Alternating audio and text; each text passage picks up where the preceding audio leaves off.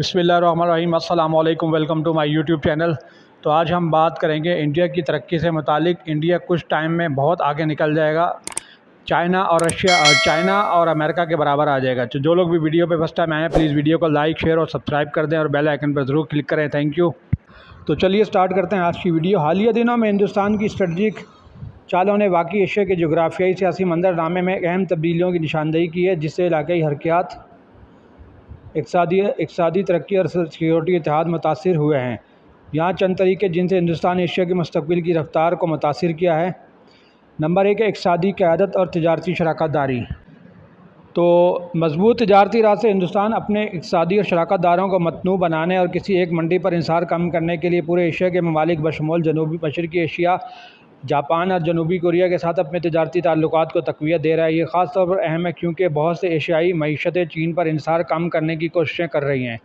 India Middle East Europe economic corridor IMEC بنیادی ڈھانچے کی اس مہتواکانکشی پہل، جس کا اعلان 2023 میں 20G سربراہی اجلاس میں کیا گیا تھا، اس کا مقصد ہندوستان کو ریل اور بندرگاہ کے روابط کے ذریعے مشرقی وسطی اور یورپ سے جوڑنا ہے۔ یہ چین کے belt and road initiative BRI کے خلاف ہے اور یہ اقتصادی ترقی کو تیز کرے گا، رابطے میں اضافہ کرے گا اور ایشیا اور اس سے باہر تجارت کو فروغ دے گا۔ ٹیکنالوجی اور ڈیجیٹل انوویشن۔ ابھرتی ہوئی ٹیک پر ہند بحر الکاہل تعاون۔ G5 سیمی کنڈکٹرز اور AI جیسے شعبوں میں جاپان، امریکہ اور آسٹریلیا کوریڈور فریم ورک کے تحت اور اس کے ساتھ ہندوستان کی تکنیکی شراکتیں اسے ٹیکنیکل ترقی میں ایک کلیدی کھلاڑی کے طور پر پوزیشن دے سکتی ہیں۔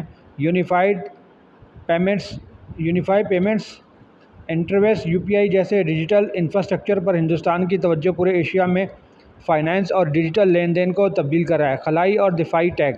ہندوستان کا بڑھتا ہوا خلائی پروگرام بشمول چاند اور مریخ کے مشن ملک کو عالمی خلائی طاقتوں کے ساتھ ایک لیگ میں دھکیل رہا ہے، تعاون اور سرمایہ کاری کو راغب کر رہا ہے اور اس سے ہندوستان کی نرم طاقت میں مدد ملتی ہے اور ایشیا میں جدت طرازی میں مدد ملتی ہے۔ اسٹریٹجک دفاعی اتحاد۔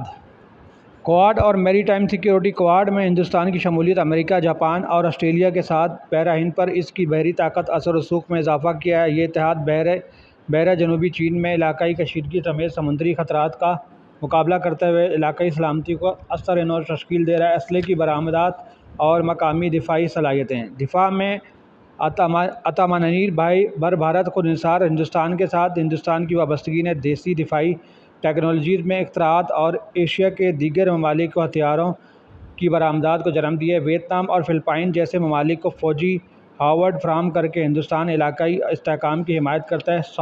سافٹ پاور اور کلچرل ڈپلومیسی۔ ڈائسپورا کے ذریعے اثر و رسوخ کو بڑھانا۔ ہندوستان کا ڈائسپورا پورے ایشیا میں ایک بااثر کردار ادا کرتا ہے، خاص طور پر UAE، سنگاپور اور ملیشیا جیسے ممالک میں دو طرفہ تعلقات کو مضبوط بناتا ہے۔ ثقافتی تبادلے، تعلیمی شراکت داری اور نرم طاقت ہندوستان کے اثر و رسوخ کو سیاسی اور اقتصادی شعبوں سے آگے بڑھاتے ہیں۔ توانائی اور آب و ہوا کی قیادت۔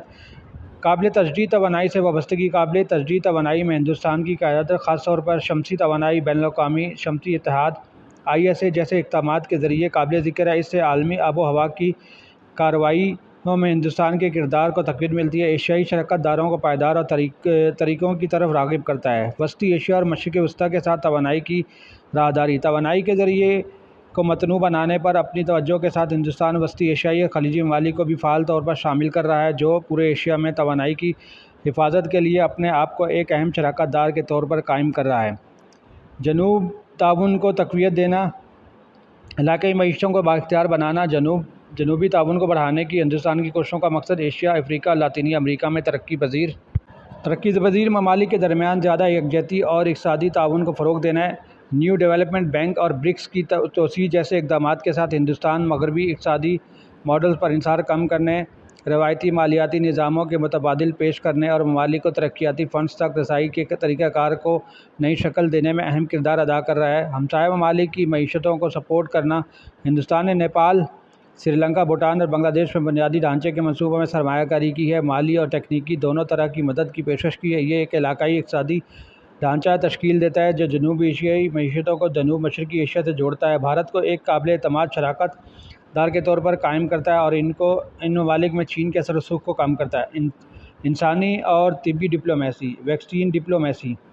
کووڈ-19 وبائی مرض کے دوران ہندوستان نے اپنے ویکسین میریٹی پہل کے ذریعے ایشیائی، افریقی اور لاطینی امریکہ کے ممالک کو لاکھوں ویکسین فراہم کی اور اس نے ایشیا میں ایک انسان دوست رہنما کے طور پر اس کے ساکھ کو مستحکم کیا اور کمزور آبادی کے لیے صحت اور سماجی مدد پر توجہ مرکوز کر کے خود کو الگ کیا۔ سستی دوائیں اور صحت کی دیکھ بھال۔ ہندوستان جیسے اکثر دنیا کی فارمیسی کہا جاتا ہے سستی جنرک ادویات کا ایک بڑا سپلائر ہے۔ صحت کی دیکھ بھال کی شراکت داری اور کم لاگت والی ادویات کے ذریعے اس نے ایشیا، افریقہ اور اس سے آگے کے ممالک کے ساتھ تعلقات کو مضبوط کیا ہے، دیرپا غیر تقالی اور باہمی انحصار کو فروغ دیا ہے۔ عالمی سفارتکاری اور کثیر الجہتی میں بہتر کردار۔ گلوبل گورننس میں پوزیشننگ۔ اقوام متحدہ اور ورلڈ ٹریڈ آرگنائزیشن جیسی بین الاقوامی تنظیموں میں ہندوستان کا فعال کردار اسے عالمی سطح پر ایشیا کے مفادات کی وکالت کرنے کا ایک پلیٹ فارم فراہم کرتا ہے۔ 20G اور دیگر فورمز میں ہندوستان کی قیادت ابھرتی ہوئی معیشتوں اور درمیانی طاقتوں کے لیے نمائندہ آواز کے طور پر اپنی پوزیشن کو مضبوط کرتی ہے۔ تصوراتی عملیات پسندی کے ساتھ عدم صف بندی۔ ہندوستان کی غیر صف بندی کی روایتی پالیسی ایک عملی نقطہ نظر میں تیار ہوئی ہے جہاں وہ امریکہ اور روس کے درمیان تعلقات کو متوازن کرتا ہے اور یوکرین متنازع جیسے مسائل پر آزادانہ موقف کو برقرار رکھتا ہے۔ یہ متوازن نقطہ نظر ہندوستان کو ایشیا میں ایک غیر جانبدار اور ثالث کے طور پر کام کرنے کے قابل بناتا ہے۔ جغرافیائی سیاسی تقسیم کے دونوں اطراف کے ممالک سے احترام اور اعتماد حاصل کرتا ہے۔ انفراسٹرکچر اور کنیکٹیویٹی پروجیکٹس۔ جامع ہند بحر الکاہل کے اقدامات۔ مفت اور کھلے ہند بحر الکاہل کے اقدامات کے لیے ہندوستان کی حمایت بنیادی ڈھانچے کی سرمایہ کاری کے ذریعے پورے ایشیا بحر الکاہل میں رابطے کو بڑھاتی ہے جو چین کے BRI کا مقابلہ کرتی ہے۔ بھارت، میانمار اور تھائی لینڈ کو جوڑنے والی سہ فریقی ہائی وے اور ویتنام اور اس سے آگے ممکنہ توسیع جیسے منصوبوں کے ذریعے بھارت متبادل تجارتی راستے بنا رہا ہے اور پورے بر اعظم میں نقل و حرکت کو بڑھا رہا ہے۔ بحیرہ ہند کی بندرگاہیں اور بحریہ کے اڈے۔ ہندوستان وسطی ایشیا تک محفوظ رسائی کو یقینی بنانے اور خطے میں پاکستان کے اثر و رسوخ کو روکنے کے لیے ایران کی چابہار بندرگاہ کی طرح اسٹریٹجک بندرگاہ کی سہولیات اور اڈے بنا رہا ہے۔ یہ اقدامات اہم تجارتی راستوں کی حفاظت اور بحیرہ ہند میں ہندوستان کے اثر و رسوخ کو بڑھانے میں مدد کرتے ہیں جو کہ عالمی تجارتی اور سلامتی کے لیے تیزی سے اہم میدان ہے۔ ماحولیاتی قیادت اور پائیداری۔ ایشیائی پڑوسیوں کے ساتھ آبی وسائل کا انتظام۔ ہندوستان بنگلہ دیش، نیپال اور بھوٹان کے ساتھ مل کر پانی کے انتظام کی کوششوں کو آگے بڑھا رہا ہے۔ متعدد ممالک سے گزرنے والی دریاؤں کے ساتھ پائیدار پانی کی تقسیم کے معاہدے پانی کی کمی کے خطرے کو کم کرتے ہیں اور علاقائی اعتماد کو فروغ دیتے ہیں۔ Green energy partnership. شمسی توانائی پر ہندوستان کے ذریعے اور انٹرنیشنل سولر الائنس کے ذریعے تعاون نے پورے ایشیا میں قابل ترجیح توانائی کو اپنانے میں تیزی لائی ہے۔ پائیدار توانائی کے لیے یہ عزم سبز ٹیکنالوجیز میں ہندوستان کی مہارت کے ساتھ مل کر پورے ایشیا میں تبدیلی کے ماحولیاتی اقدامات کو آگے بڑھانے کی صلاحیت کے ساتھ موسمیاتی کارروائی میں ملک کو ایک رہنما کی حیثیت سے دیتا ہے۔ ثقافتی اور تعلیمی تعلقات کو مضبوط بنانا۔ نالج ڈپلومیسی اور ایجوکیشن پروگرامز۔ عالمی سفارتکاری پر ہندوستان کی توجہ تعلیمی وظائف اور تربیتی پروگراموں کے ذریعے پھیلی ہوئی ہے۔ خاص طور پر جنوب مشرقی ایشیا اور افریقہ کے ساتھ اس سے لوگوں کے درمیان روابط بڑھتے ہیں اور اس طویل مدتی تعلیمی اور ثقافتی تبادلے کو فروغ ملتا ہے۔ مشترکہ ورثے کا تحفظ۔ ہندوستان، سری لنکا اور کمبوڈیا میں بدھ مت کے ثقافتی ورثے کی بحالی سے لے کر نیپال میں تحفظ کی کوششوں کی حمایت تک پورے ایشیا میں ثقافتی ورثے کے تحفظ اور فروغ کے لیے سرگرم عمل ہے۔ یہ ثقافتی سفارتکاری پورے ایشیا میں گزشتہ اور مشترکہ تاریخوں کو منا کر ہندوستان کے اثر و رسوخ کو مضبوط کرتی ہے۔ علاقائی سیاحت اور سفر کو فروغ دینا۔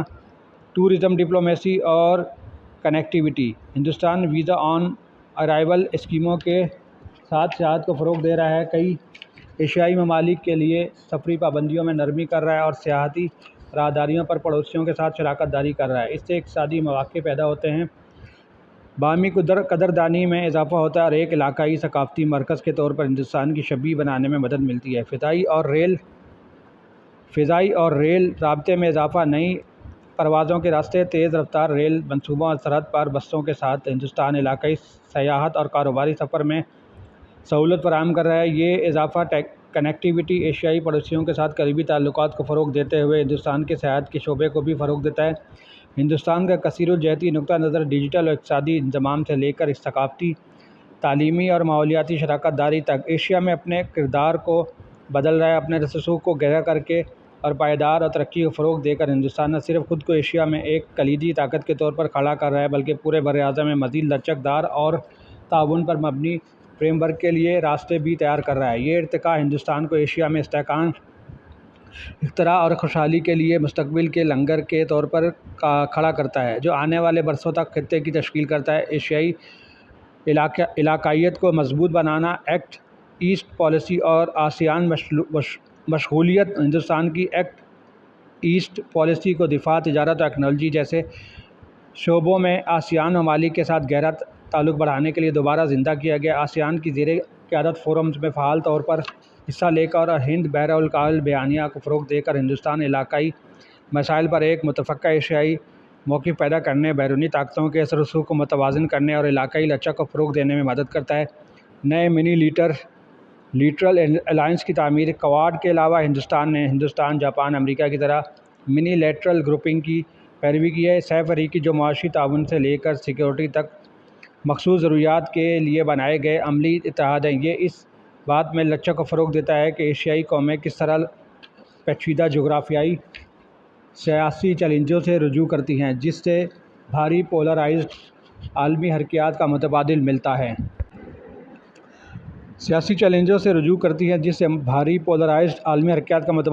ایک نیا صنعتی مرکز اور مینوفیکچرنگ پاور ہاؤس۔ مینوفیکچرنگ اور سپلائی چین ڈائیورسفیکیشن۔ خود کو ایک عالمی مینوفیکچرنگ ہب کے طور پر پوزیشن دینے کی ہندوستان کی کوششیں چین کے زیر تسلط سپلائی چین کا متبادل فراہم کرتی ہیں۔ Production linked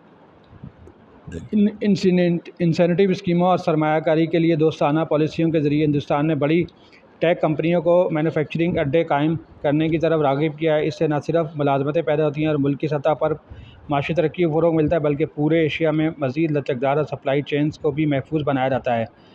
global semi conductor push.